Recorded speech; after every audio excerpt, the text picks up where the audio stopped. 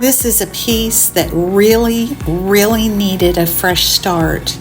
This poor thing is in desperate need of a makeover, and I'm here for it.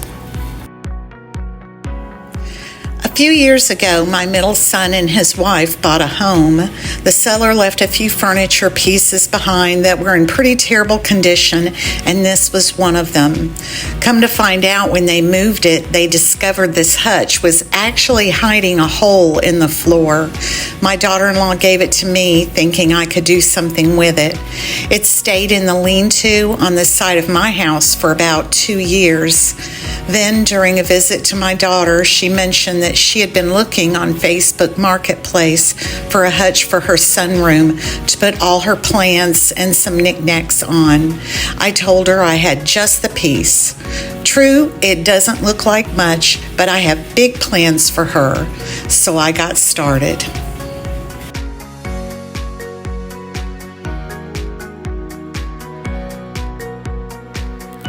The back of the piece was just in impossible condition. It was hopelessly warped, and it's a pretty easy fix to just cut a new back. So I completely stripped off the old back.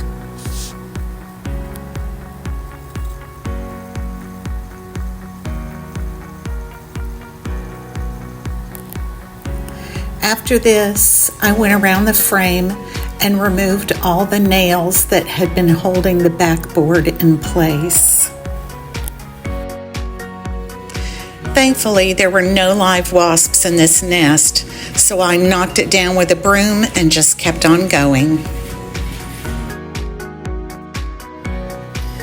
Next, I got out our trusty leaf blower and gave it a good once-over. Now for the necessary but not so fun part, the cleanup. I used my Rust-Oleum spray degreaser, a scrubby pad, and lots of warm soapy water. I scrubbed down every surface. In addition to all the dirt and grime, this piece probably has years of built-up furniture polish on it, which needs to come off. I'll be priming and painting this hutch, and you really want to give your paint a good clean surface to adhere to, so this prep work is a must.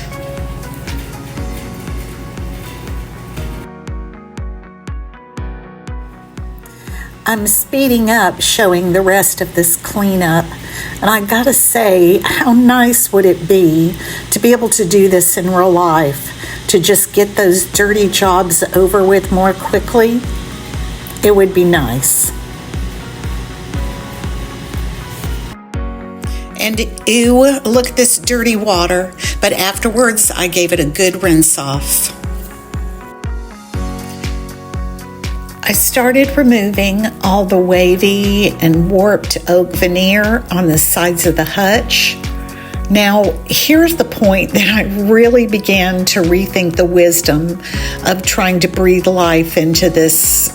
Okay, it's a train wreck, but I'm also pretty emotionally invested at this point, so I just keep going.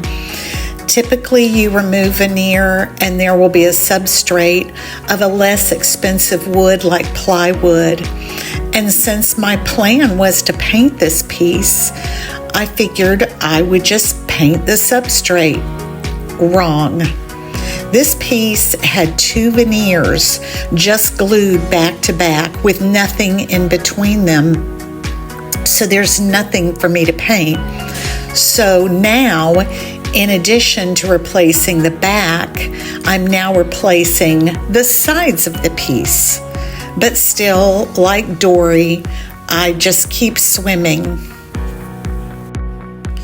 I am painting this entire piece, but the finish is so compromised that instead of a quick scuff sand, I decide to scrape all the failing finish off. Luckily, it comes off very easily. The piece only has 1 drawer, but that 1 drawer has plenty of issues as well. The drawer face is peeling away at both corners, so I pushed some Titebond wood glue into the gap using a putty knife, and then I clamped it and let it sit overnight.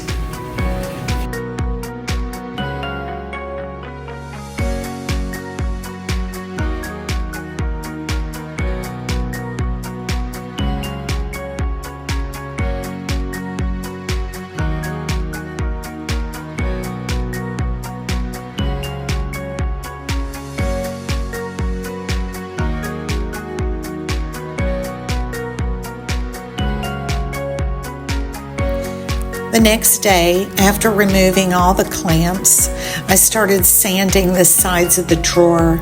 I like to do this. It just cleans it up. I think it looks neat and fresh. Plus, I've decided to add a stencil to add a little visual interest to decorate the sides of the drawer. But again, it looks like it will need a new drawer bottom because the existing one is too warped to reuse. So another repair is needed. And if I didn't have this respirator on, you'd be able to see my shocked face. So I'm taking the drawer apart to add the new bottom, and I mean, honestly, it's fine. It will make it that much easier to sand all the drawer pieces. So I take a heat gun and I use it to loosen the glue in the dovetail joints. I just keep heating inside and out, and once I feel it's loose enough, I just give it a few taps with a rubber mallet, and presto, the side pops off. I just repeat this until the entire drawer is disassembled. I wrote drawer bottom template on the old drawer bottom with a Sharpie and set it aside for later. The frame, the molding, and the base of this piece were all pretty solid, but like any old piece, it had a lot of gaps and scratches and gouges, and there was one corner that was missing. I mixed up a 2-part wood putty to form that missing corner. It comes in a tube. You cut yourself a slice and you mix it together, wearing gloves, of course, until both parts are mixed together. It has an unpleasant chemical smell, but it works great. I worked at forming it into a shape of the missing corner until I was satisfied, and then left it to dry. Once this is dry and sanded smooth, you paint over this stuff and you will never see the repair.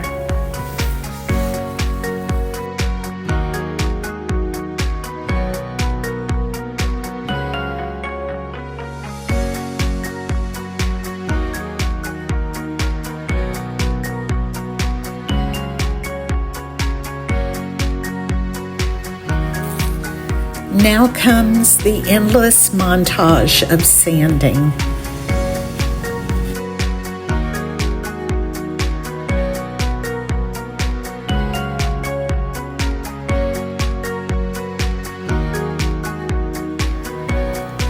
The molding on the sides of the hutch was fluted, so I folded a piece of 120 grit sandpaper in half, and I use this to hand sand the molding. Time consuming? Yes, but very necessary.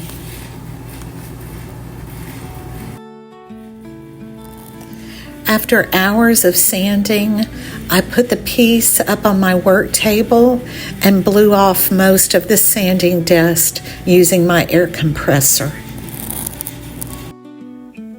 My daughter wanted open shelving. She didn't want the glass doors on the top, so I had removed those first thing, but it left all these holes where the hinges were and where the doors caught on the bottom shelf, so it had all the holes where I had removed all the hardware.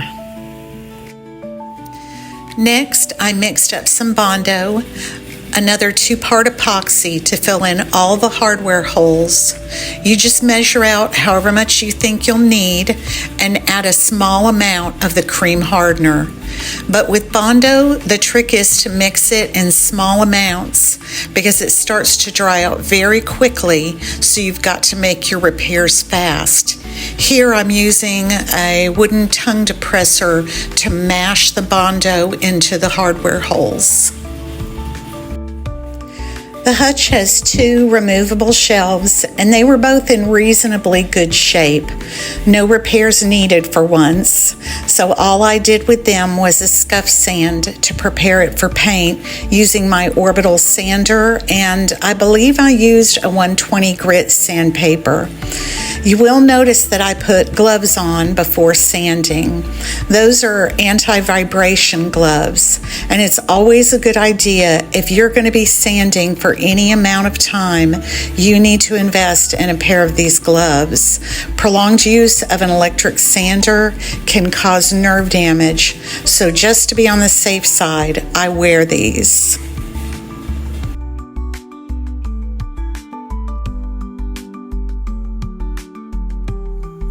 While I could use my orbital sander for the most part for these shelves, the edges were curved, so it's back to hand sanding for that.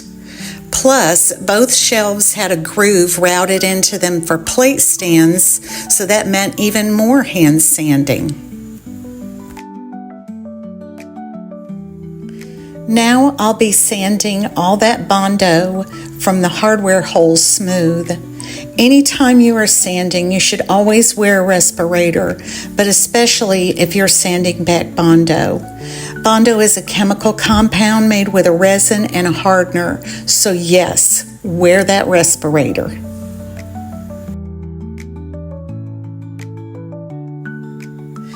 Even though I have cleaned and sanded this entire piece, I still believe that if you're going to paint a piece of furniture, that you should use primer first.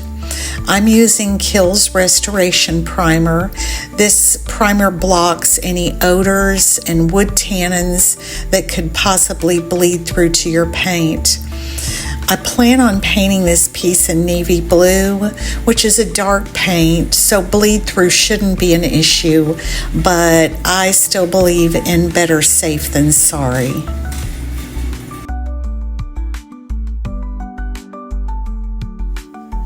Sometimes I spray my primer or paint, sometimes I roll it on, sometimes I use a paintbrush. But this particular day was really too windy for me to use my paint sprayer, so I opted to roll on the primer with a foam roller for smooth surfaces. Some of the spots I really couldn't reach with the roller, so I did a little bit using a paintbrush for better coverage.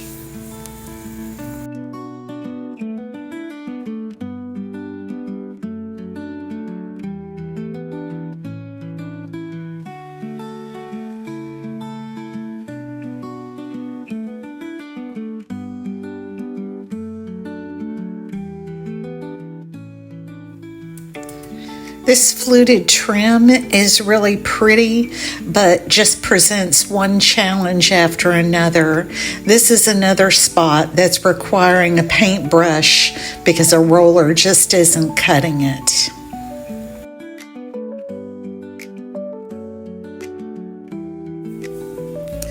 After all the priming was done, it really highlighted the gaps where the pieces of the hutch were just not meeting flush anymore. So I touched up all those cracks using some paintable caulk. This will just give it a neater, more finished look once it's painted. I squeezed in a bead line of DAP caulk and then wiped it smooth just using my finger. It's really very easy.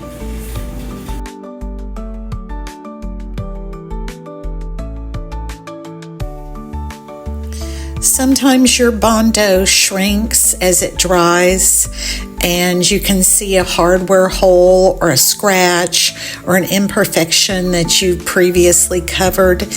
It happens. It happens a lot. So I mixed up another round of Bondo and covered those spots. After it dried, I sanded it back again. And then I used my Kills Restoration Primer again.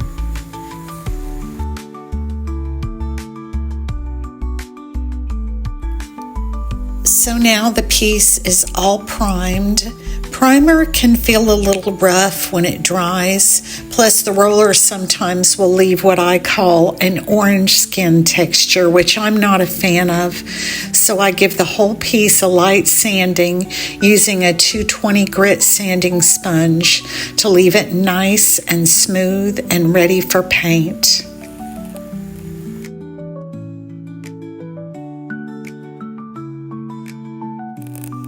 So cue another sanding montage. Here are those two shelves getting sanded, and here is the top molding getting sanded, and then here are the two little side trim pieces getting sanded, and then here I am back sanding the sides again.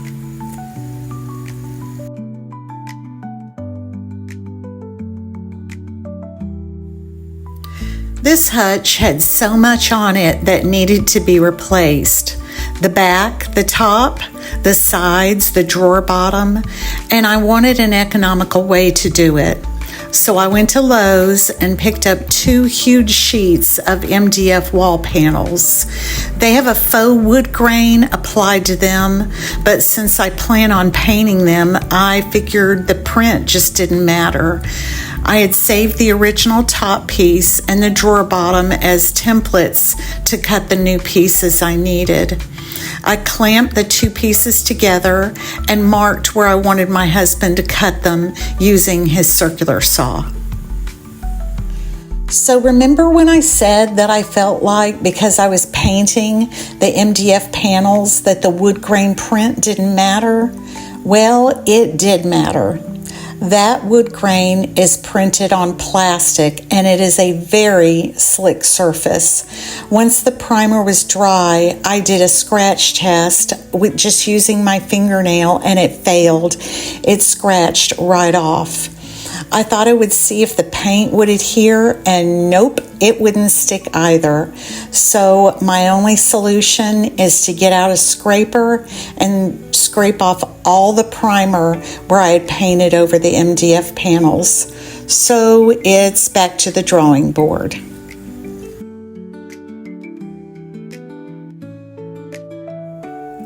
So still fixing my mistake, I sanded all that plastic coating off the MDF panels, and then for extra measure, I reprimed using Dixie Belle's Bonding Boss Primer. It's a small step backwards, but we're still making progress and still moving forward. I really needed to take a break from all that drama, so I'm using my Cricut Maker to cut a stencil to paint a whimsical leaf pattern on the sides of the drawer. I think it'll look really fun since my daughter loves plants and plans to display some of her plants in her sunroom on this hutch.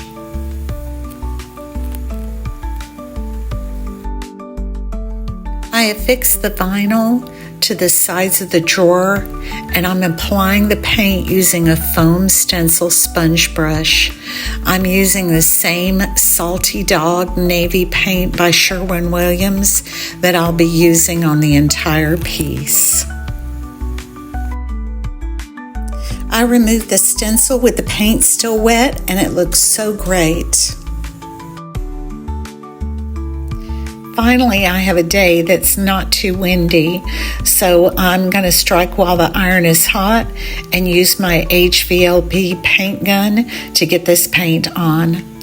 I applied 2 coats and lightly sanded using a 300 grit sanding sponge between each coat.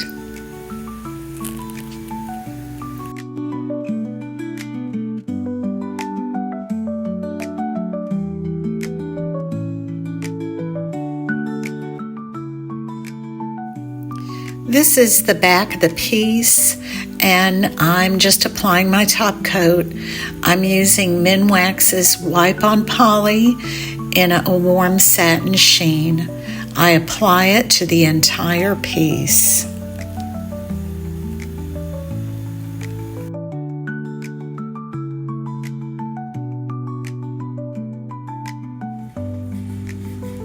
Next, I used some small finishing nails to attach the new back. I went all the way around and made sure it was securely nailed down on every side.